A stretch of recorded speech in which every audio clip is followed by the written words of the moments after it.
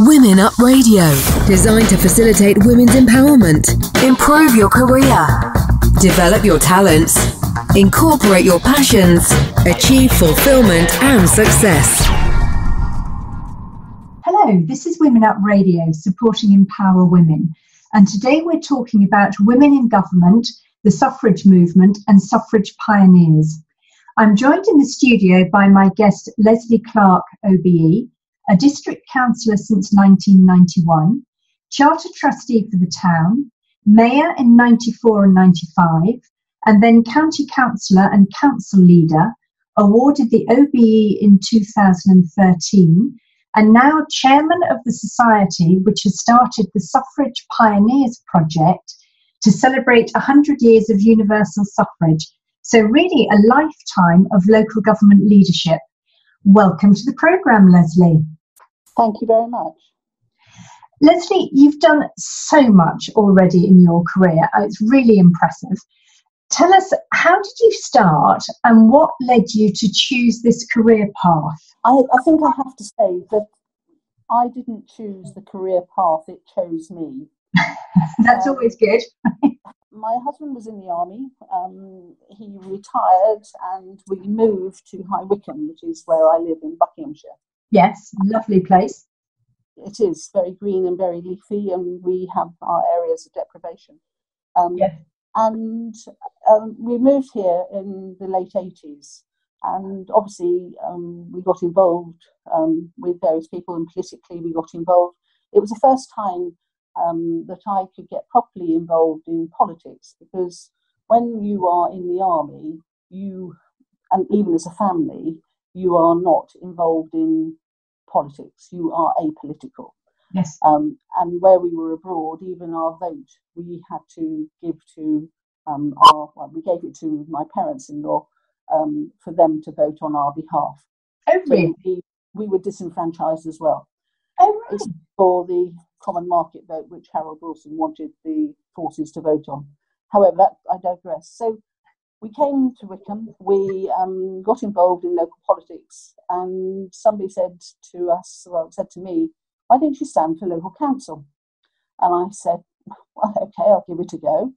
And I have to say, I thought I was standing as a paper candidate. I never expected in my wildest dreams that I would get voted in on the first election. And yeah, mainly my mother-in-law got involved in politics. She didn't ever get voted in. Yeah. And I remember that night, I think it was the 4th of May 1991, and I got home about 3 o'clock in the morning, and I rang my grandfather and told him. Yeah. And I rang, my mother-in-law rang the following morning. She said, oh, you lost, didn't you? And I went, no. So that's how it started. I was chosen, not that I chose it. Yes. I really did think I didn't have a hope in getting elected, and mainly because people didn't know me. Yeah. I was new to the area, and you never thought that it could happen, if you see what I mean. Yes. Yes. Which is a bit of a rambling answer to your question. No, but I understand perfectly. I think it's wonderful, amazing. I mean, really, very well done for that, and very well done to Wycombe for being such a good choice. So yeah, yes, it's lovely. It really is a lovely area to live in. I know. I bought my first house there when I was 22. Oh wow! And it's great. And it's great for, well, it's a lovely place, but also it's in a really good area for development, but still retaining sort of the rural charm, although it's so close to everything. So beautiful place. Anyway, yes. You're very present and dynamic in the field of local government and social activism. So tell us more about the changing face of local government and its role in democracy, because I'm sure it's evolving a lot and you've seen many different things happen in the time that you've been involved. Yes. I think one of the most outstanding features, actually, is that although I've been involved since 91, the number of women councillors has not increased. Oh, really? Even if you look across the whole of the country, there's only 33% of councillors that are women. Really? And I don't know why that is. I understand, and I can understand with some of the reasons, is that the district council meetings are all in the evening. You don't encourage younger people into that because of family life. Yeah.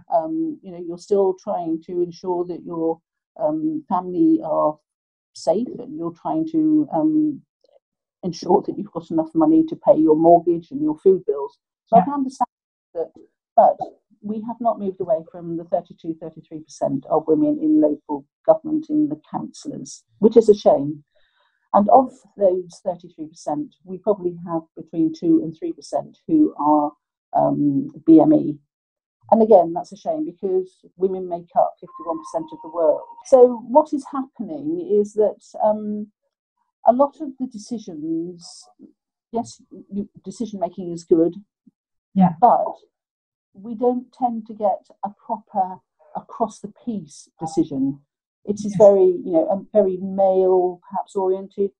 What is actually known is male, pale and stale. Yes. Because the majority of men, and it's not a criticism, men are over 60 who are councillors. Yes. They probably retired at 55 and they wanted something else to do, and they've got involved in local politics. Yeah. And a lot of them are incredibly good. Yeah. Across all the parties, they're incredibly good. Yeah.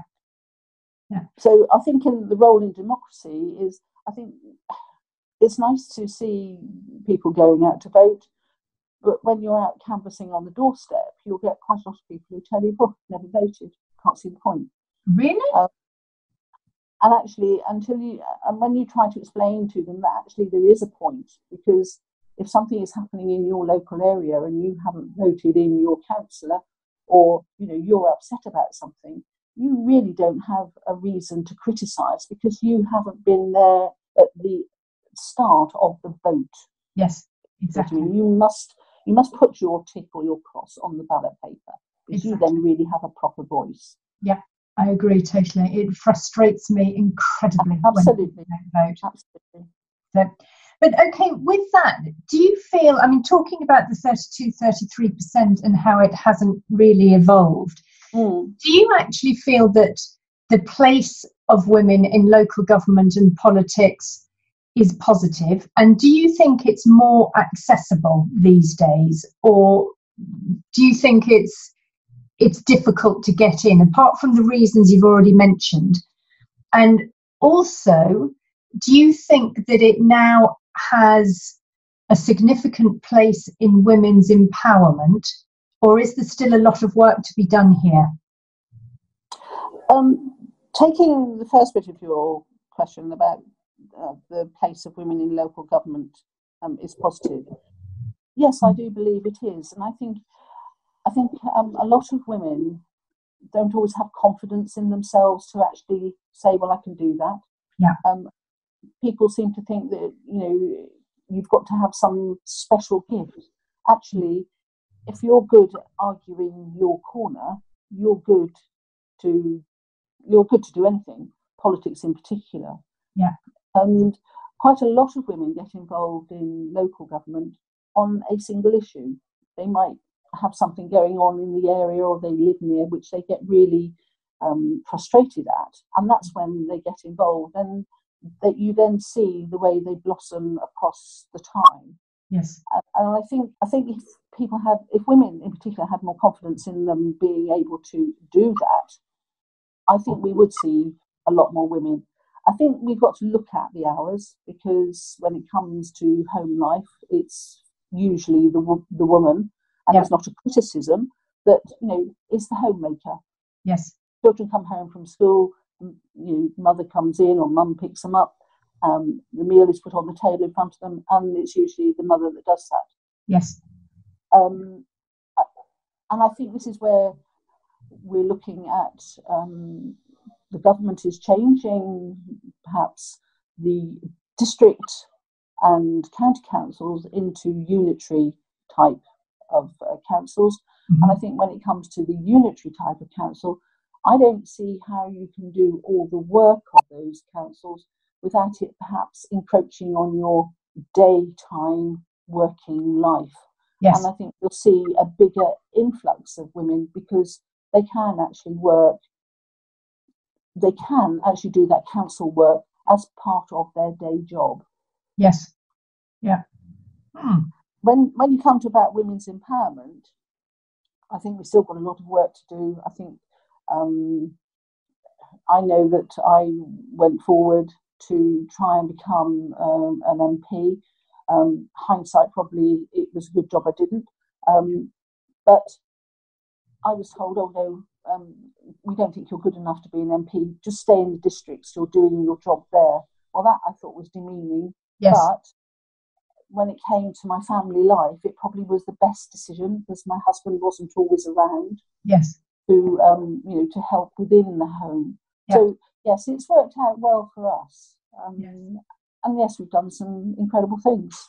Yeah, I have to say personally, I would definitely be interested myself in being involved in council and things like that and local community issues, because I think you can really do something. Maybe I'm cynical about MPs and politicians, but once they get to that level, it seems to be an awful lot of talk and not nearly as much action.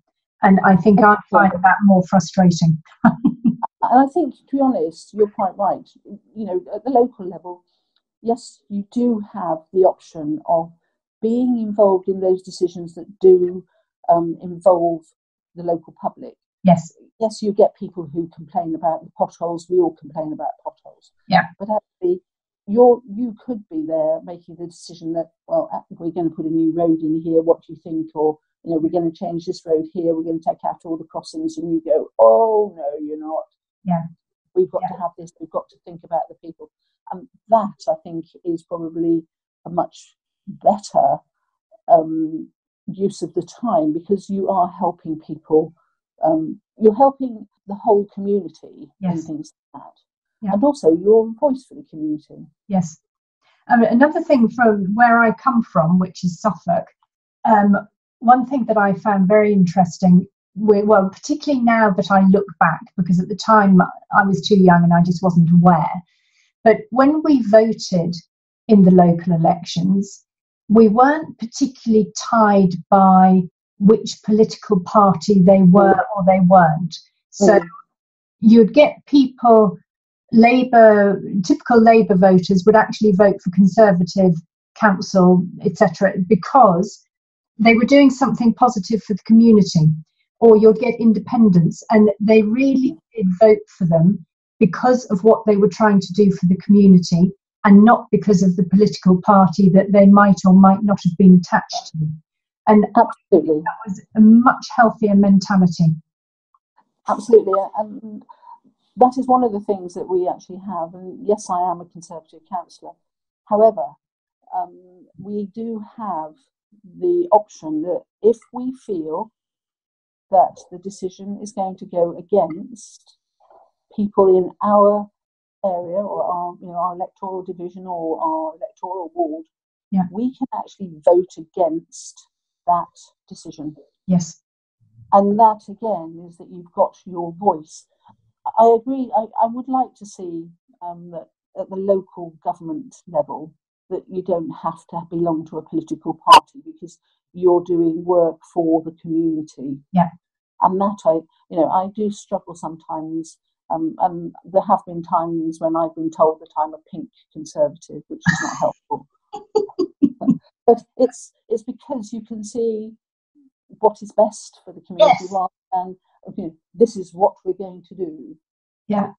You want to work for the greater good rather than having to follow a specific line just because it's what someone has said higher up. So, absolutely. So what added benefits do women bring to the community when they're taking an active role in local government? I think that's a very good question. I think when you look at it and when questions are asked about that, there are things that perhaps a woman can see that a man doesn't, mainly because the woman has had the problem. That is not a criticism of men at all. Mm-hmm. it could be that, oh, well, we've decided to dig this footpath up. Oh, and we're going to put these railings round. You can walk down there, but oh dear, you can't push a pushchair. Yeah. Or, your children are sort of disadvantaged. And I think that is one of the things that we really do need to, make sure that everybody is aware. And I'll tell you a little story. When I was a district councillor, before I became what is known as a twin hatter, which is when you're a county councillor and a district councillor, there was a bollard in the middle of a footpath, and this footpath went between this industrial estate and the back of houses. And I asked for the bollard to be moved because women couldn't push a pushchair down. Yeah. And this guy said to me, "I'm not moving that. You're not a county councillor, and I don't have to do that." So when I became a county councillor, one of the first things I did was I said, "Could we please have that bollard moved?" All I wanted it moved was something like 6 inches, so that you still have the bollard in the footpath, but you can actually walk past it, pushing a pushchair or a pram, or even a wheelchair. Yes, that was done. But why should I have had to have gone to those lengths to do it? Because sometimes people can't see the wood for the trees. Yes. Yeah. This is what I'm going to do, and when you say to them, "Well, why have you done that?" And I've recently had an argument about we've got these dreaded informal crossings in High Wycombe where it's not a pedestrian crossing, so you haven't got your white, black across the road. It is just a different colour piece of road. Now, nobody understands what an informal crossing is because you're not taught it in your driving test. Yeah. Fine. So you step out on this informal crossing, you're likely to probably be run over because nobody realises it. Yeah. And I had an enormous argument with officers where I said, "You're not taking that crossing out because we have anything up to 1,000 children crossing that road at peak times." Yeah. Well, go to do it. And I said, "No, because children see a pedestrian crossing, they understand it, and they just walk across it. They forget that you might have to have so many yards to stop your car. However, pedestrian crossing, I know I can walk across safely." And people started to listen, and they agreed that had to stay. Yeah. But it was, we have people who follow street design manuals and things like that. "Oh, well, in the street design manual, this, that, and the other." Yeah, that looks really good. However, it's in not real life, we don't do that. Yes. Also, in real life, don't put a crossing where people won't walk. Yeah. Because human nature is that they'll do it in the shortest possible route. Yeah. So you've got to be a little bit more on the ball. And, yes. And I think sometimes that we just have to listen a little more. We have to communicate more with people because we don't do that. We think we know best. Yes. Yeah. Yeah. So what progress do you think has been made in women's empowerment and independence over the last 20 or 30 years? Not just in local council or politics, but in general. And do you think that this is going to improve in the future? I know, the big question. $4,000 question. I think over the last 20, 30 years, you've probably seen more women rise up into the managerial positions, and I think that's across local government and business. Mm-hmm. We still probably haven't in business got through that glass ceiling. Yeah. But we're beginning to see more and more chief executives, women chief executives. In fact, Wycombe has a woman chief executive. You're seeing more and more women in the role of directors of services in councils. In fact, in Buckinghamshire, we have a woman who is also the chief executive of a county council. And both of them are excellent. Rachel is really good. Rachel Shimmin up in the county is really good, and Karen Satterford, who's at Wycombe, again. Both of them are outstanding people in their own places. Yes. I think we have seen the changes, but I think the other problem that we see is that women are still seen as the administrator. Yeah. Women are still seen as the the tea and coffee gatherer, and I can remember when I was leader of council and I'd gone into a meeting and gone in with my book. I have a notebook so I can remind myself what I've said I was supposed to do. Yes. And I went to make myself a cup of tea, and this guy turned around and said, "Oh, a cup of tea, please, or a cup of coffee." And I said, "Fine, no problem at all. That's what it's about." And I put it down on the table and said, "Thanks, dear." And I then sat down and I then said, "Right, gentlemen, can we call the meeting to order?" And I think this man nearly fell off his chair because he didn't realise that I was actually leading the meeting. I'm sure. That was stereotypical, that sometimes people assume that the role is male, Yes. when in actual fact women are able to do the job. And I think that's what we've seen over the last 20, 30 years. Yeah. More women are beginning to percolate up. Yes. I hope to see it going further and further in the future, but I'd also like to see a lot more younger people come through as councillors. I think that's a whole other topic, but I think you're right. We need a lot more young vision, young ideas, because there's so much innovation and progress when you've got young and different ideas as well. But anyway, I won't go down that route because we'll get completely distracted. What I want to talk to you now is about the suffragettes, because I'm really so impressed by the Suffrage Pioneers and the project that you've done. You are listening to Anna Letitia Cook at Women Up Radio. I know feminism is gaining strength worldwide, but it has changed a lot over the years, particularly when you think how far that we've come since the suffragettes, which were 100 years ago, and their fight just to get us the vote. So can you tell us more about these trailblazing women and how they actually changed our history? Yeah, it goes back a lot more than 100 years. Even in the 1880s, women were involved in their community. It was not unknown for women to be asked to be on, say, the orphanage committee or the hospital committee. Mm-hmm. So they've been making their mark, and they have been trying for a long time before the vote was eventually given in 1918. I think, unless I talk about Dame Frances Dove, who was a nomination from High Wycombe, the High Wycombe Society and Wycombe Abbey School, and she was the headmistress of Wycombe Abbey School, and she saw the need for women to be educated because not all women were educated. Mm-hmm. But she also put into place Central Aid, which is a charity that helps poorer people. Yeah. She also put money into a school in Kent for educating women. So there are a lot of things that these trailblazing women have done for others. Yes. She also helped with the founding of Wycombe High School for Girls, and was very much a mentor of the headmistress. Mary was the first woman headmistress for Wycombe High School. She had gained her degree from a Scottish university. Yeah. And it wasn't unknown for her to actually teach everything from maths through to Latin and science. And unfortunately, Mary died very young from an asthma attack. Oh, really?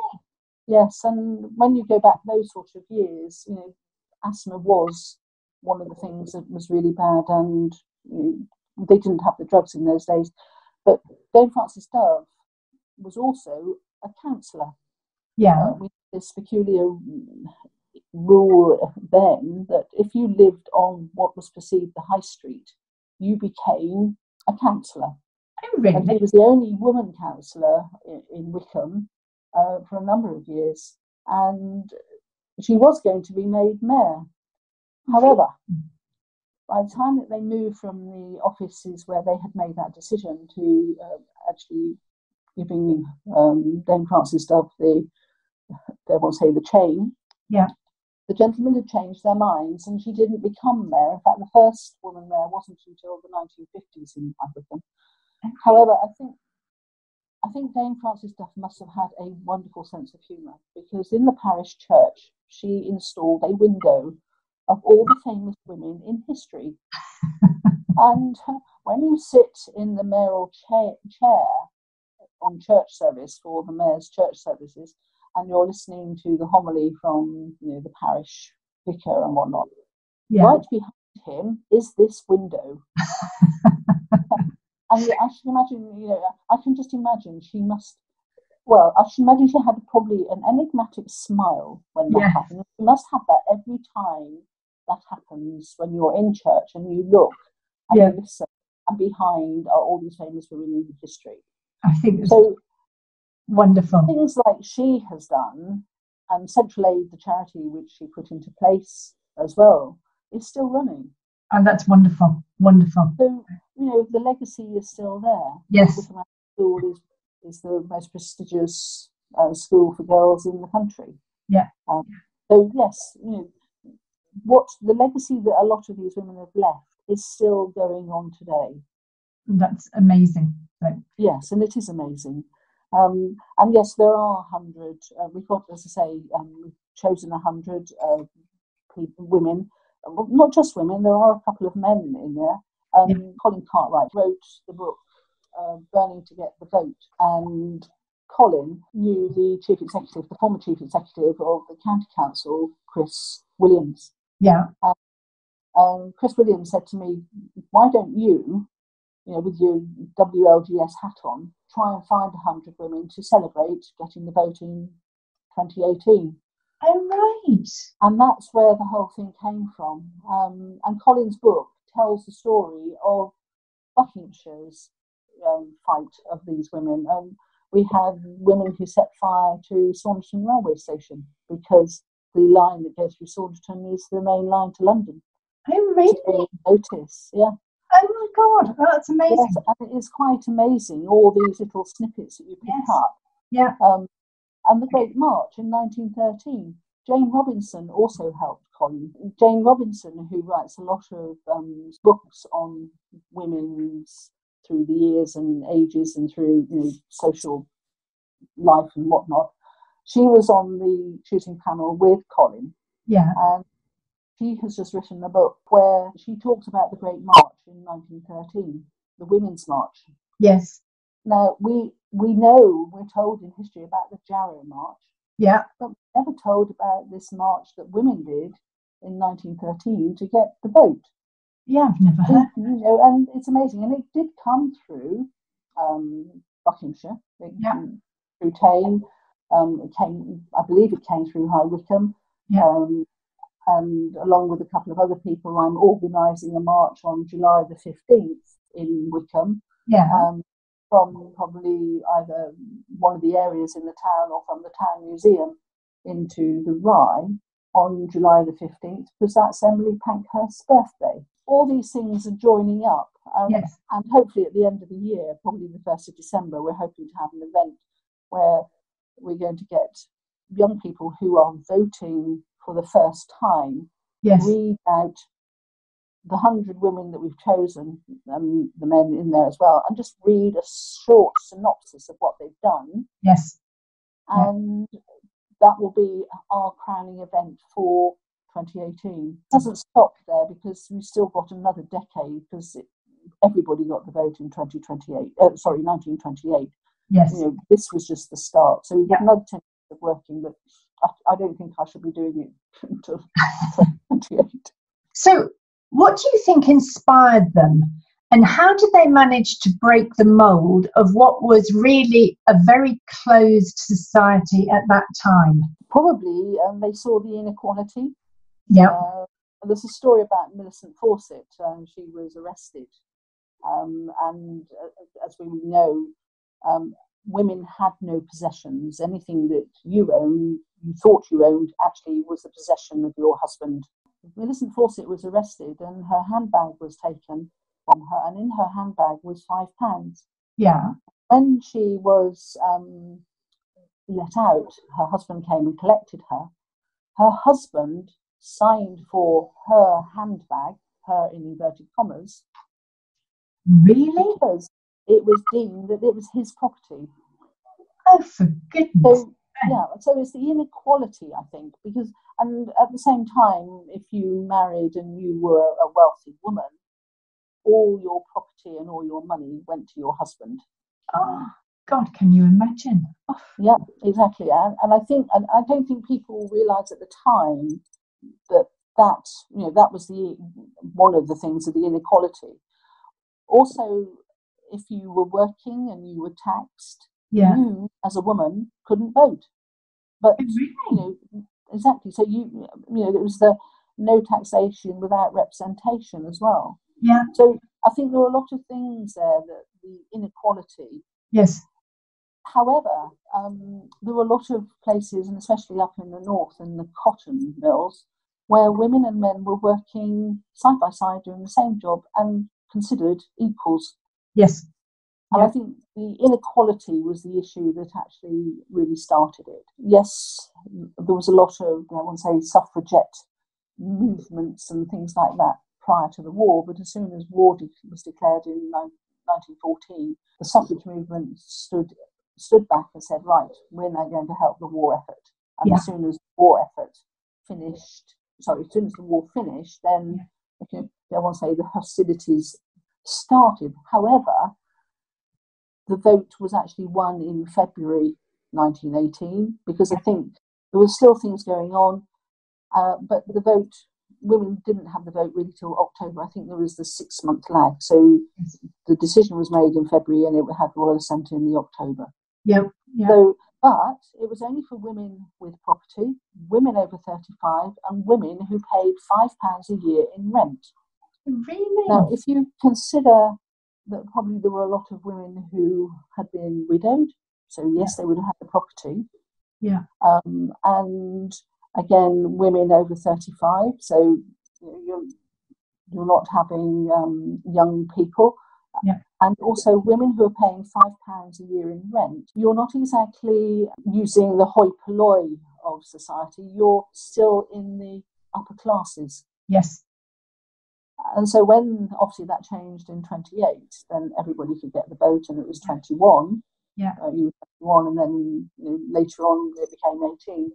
I think that's where a lot of things did change, and that broke the mold.